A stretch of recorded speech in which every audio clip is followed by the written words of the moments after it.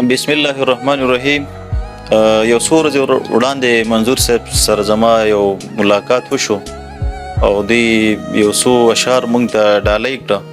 نو بیا هغې باندې مونږ نه ډېرو دوستانو چې کوم وو هغه د هغه وکړه مطالبه وکړه چې منظور صاحب سره به انشاءالله تاسو مزید یو هغه وکړئ داسې پروګرام شعر حوالې سره.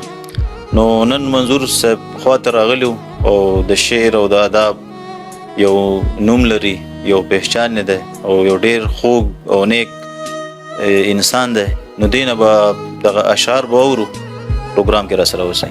جی منظور صاحب. جی مننه نادر صاحب، الله خوشاله کا. داسې کار دی جی چې د شعر او ادب نه زما د سکول زمانې نه شوق و. بیا چې کله زه کالج ته لاړم نو هلته هم بس بیا په مختلفو ادبي محفلونو کې ناسته پاسته زده کړه، انتخاب شعرونه د یو بل خپل.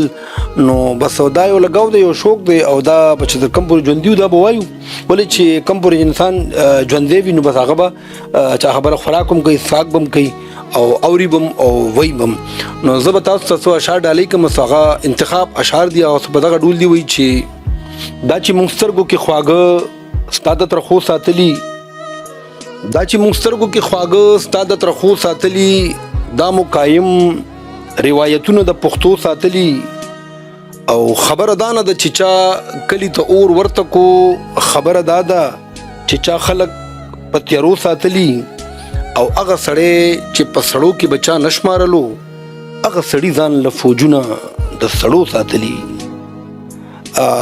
دین علاوه زبا هم تاسو سره سلوټ هم زمزمه کوم ډالۍ به کم دلوي چې کده بابا پلاس کی وی کده ماما لاس کی وی، کده بابا پلاس کی وی کده ماما لاس کی وی، امن دی وی نو اقتدار کده هر چا لاس کی وی.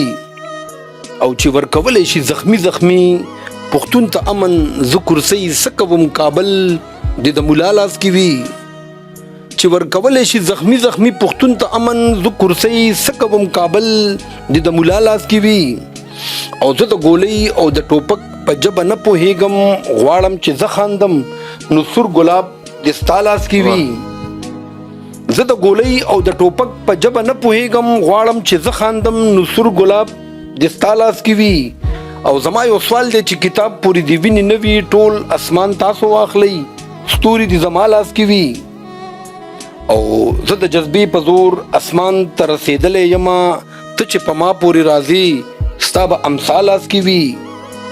زه د جذبې په زور اسمان ته رسېدلی یمه، ته چې په ما پورې راځې ستا به امسا لاس کې وي.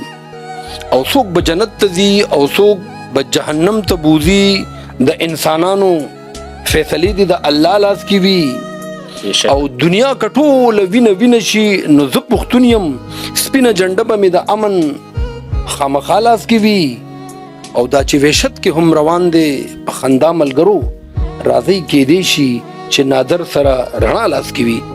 ماشاءالله جزاک الله، زبردست. منظور صاحب هغه شعر خلکو ډېر هغه کړو، دا تاسو ته یاد شي دا هغه ګاډي والا صدا سي ها جی ډز والا وای تاسو به کړی وی بلا انتظار ډزې کېدی، تاسو به کړی وی بلا انتظار ډزې کېدی، مونږ درتلی نه شو یارانو پلار ډزې کېدی.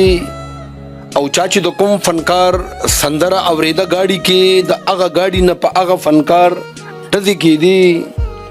چا چې د کوم فنکار سندره اورېده ګاډي کې، د هغه ګاډي نه په هغه فنکار ډزې کېدی. او د ایمان نور انتها د کمزوري څنګه وي، زوی قاتل سره ولاړو په پلار ډزې کېدی. د ایمان نور انتها د کمزوري څنګه وي، زوی قاتل سره ولاړو په پلار ډزې کېدی. او په دې سړي خو یې چې نوم د جنکو یې خېوې، په دې سړي هم چې پیدا شونو یار ډزې کېدی. او نادر چا هم خپل برخه ایمان نه تیرو، نادر چا هم خپل برخه ایمان نه تیرو، خلکو عکسونه اخستل چې پخار ډزې کېدی. او د ایمان نور انتها د کمزوري څنګه وي، زوی قاتل سره ولاړو په پلار ډزې کېدی. نو بیګا مې ځکه د کوټې نه بهر نه پرېښودې، تا نه قربان تا نه لوګې تا نظر ډزې کېدی. تاسو ډالۍ دا منظور خان او منظور خان خپل دعاګانو کې یاد ساتئ او دا ویډیو په ډېر مینه شوق سره مخکې شیر کړئ. جزاک الله.